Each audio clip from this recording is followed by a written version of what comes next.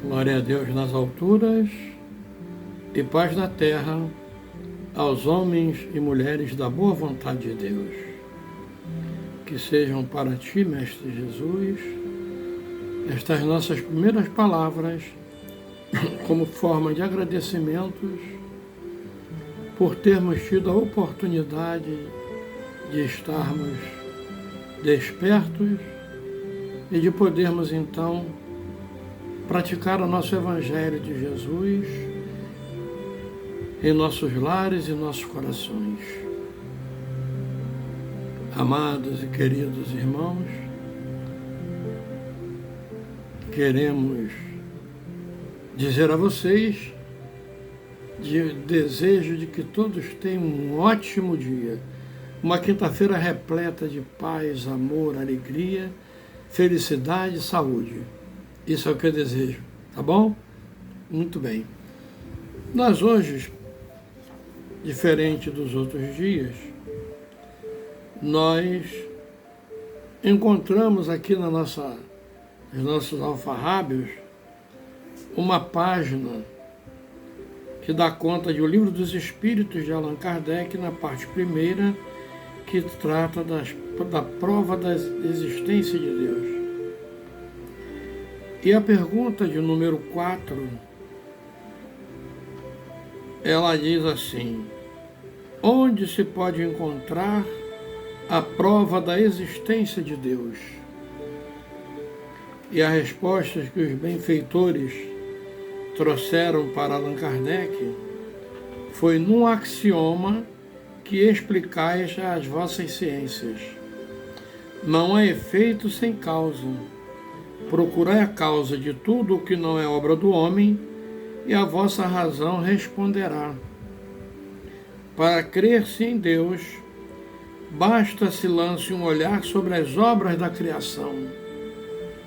O universo existe, logo tem uma causa.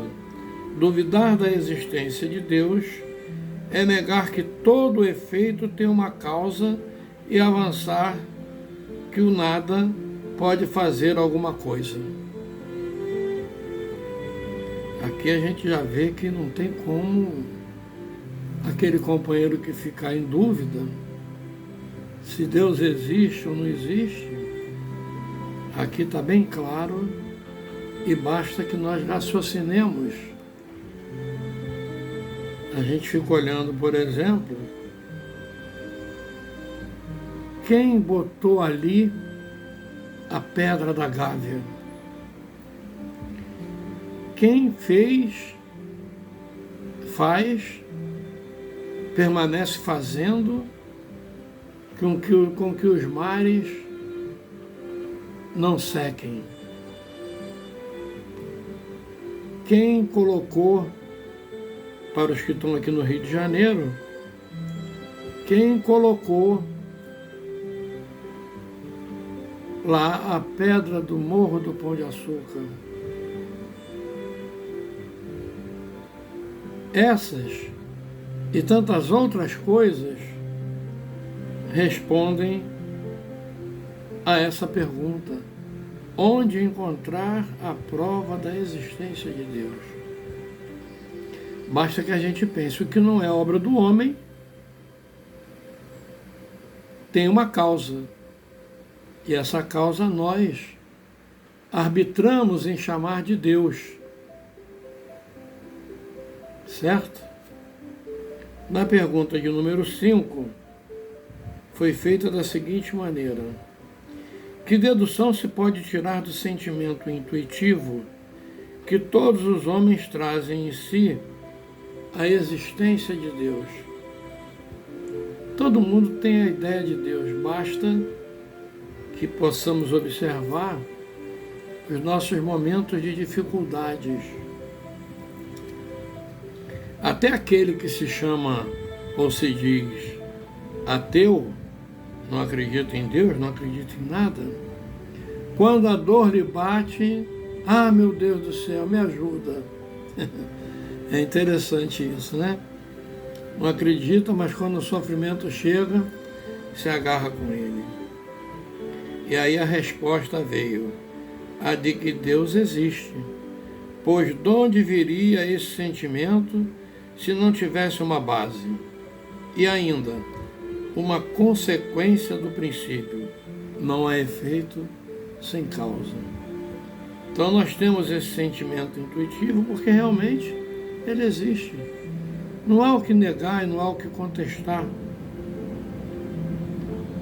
Na pergunta número 6, ele faz assim: o sentimento íntimo que temos da existência de Deus não poderia ser fruto da educação, resultado de ideias adquiridas? Será, meus irmãos? E aí a resposta vem nos aclarar. Não a nós que acreditamos em Deus, mas aqueles que querem a toda força provar que Ele não existe. Se assim fosse, por que existiria vossos selvagens, nos selvagens, esse sentimento? Se o sentimento da existência de um ser supremo fosse tão somente um produto de um ensino, não seria universal e não existiria senão nos que houvessem podido receber esse ensino, conforme se dá com as nações científicas.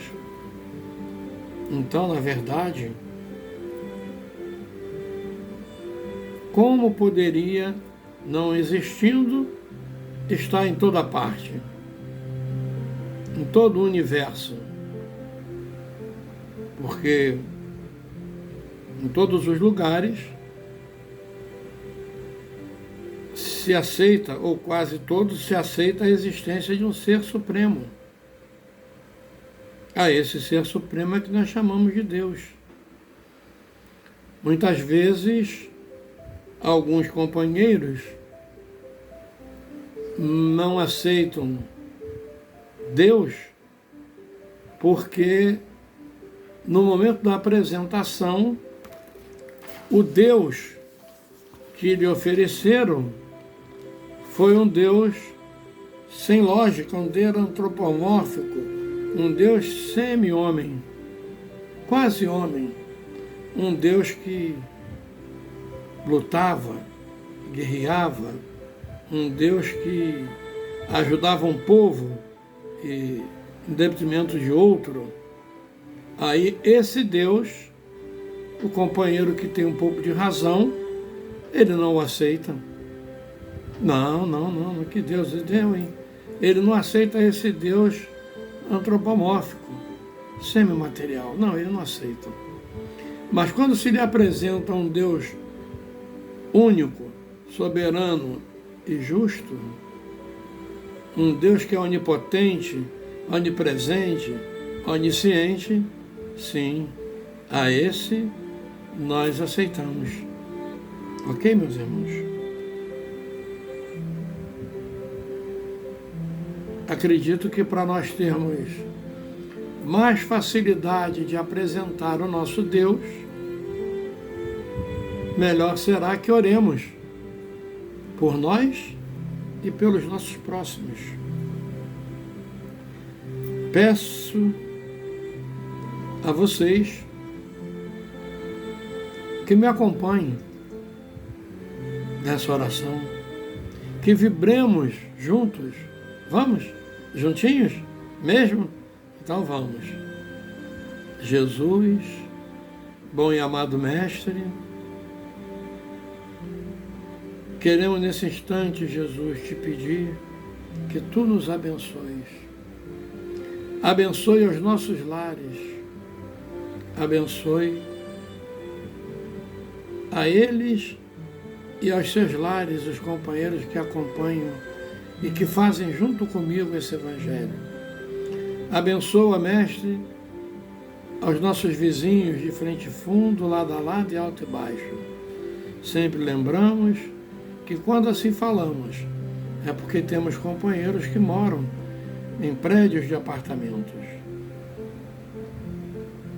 Abençoa, Jesus, os seus lares. Abençoa, Mestre queridos, aqueles companheiros que não te conhecem e outros que nem tem quem ore nem quem peça por eles. Abençoa, Jesus, a nossa juventude, dando-lhes a oportunidade do crescimento material e também espiritual. Pedimos, Jesus, pelas crianças e pelos idosos. Queremos te pedir por aqueles companheiros que estão deixando a terra pelas portas do suicídio, um pensamento nefasto, um sentimento errôneo, muitas das vezes faz o companheiro dar esse passo. Que Maria Santíssima, com sua equipe, possa recebê-los, encaminhá-los às escolas da espiritualidade. Mas queremos te pedir também por aqueles companheiros que estão encarnando na Terra nesse momento, que eles também possam ser assistidos, amparados e levados a sentir-se verdadeiramente apoiados. Pedir pelos nossos irmãos presidiários, pelos dirigentes das nossas nações, de todas as nações do planeta Terra, e que eles possam entender que é só o teu amor, Jesus, que é capaz de construir.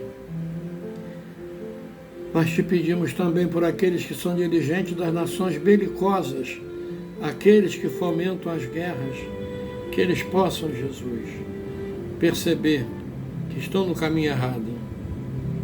Te pedir, Mestre, pelos irmãos que se encontram internados nos hospitais, nas casas de saúde, nas colônias onde estão os nossos irmãos jansenianos.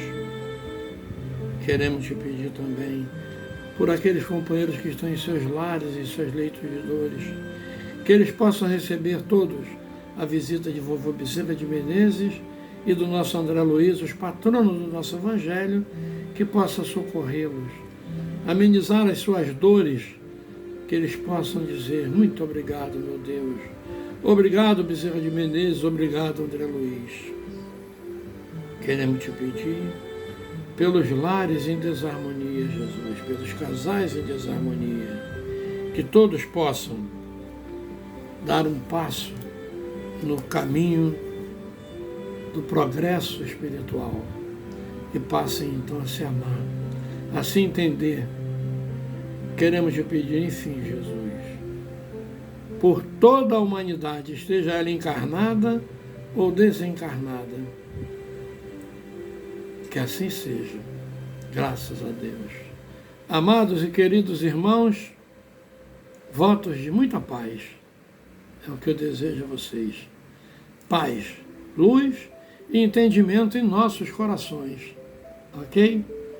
E vamos então pedir a Jesus que permita que em seu nome, que em nome de Bezerra de Menezes e de André Luiz, os patronos do nosso Evangelho, mas sobretudo em nome de Deus, nosso Pai Todo-Poderoso, possamos nós interromper esse Evangelho e o retomarmos amanhã, se Deus assim permitir. Graças a Deus. Então, meus irmãos, votos de muita paz. Que tenhamos uma quinta-feira repleta de paz, amor, felicidade. Que possamos, ao final do dia, sermos obrigados a agradecer. Obrigado, meu Deus. Obrigado por tudo que me deste, por tudo que me dás. Muito obrigado, meu Deus. E obrigado a vocês por me aturarem, por me ajudarem a fazer esse Evangelho, por manterem esse Evangelho no ar. Que Deus, em sua infinita bondade e misericórdia, possa abençoar a cada um de vocês. Muita, mas muita paz. E olha, um enorme beijo no coração de cada um dos meus irmãos aqui presente e aqueles que vão depois, mais tarde, numa hora qualquer, acompanhar o Evangelho e dar o seu like. Que Deus nos abençoe. Até amanhã, se Deus quiser.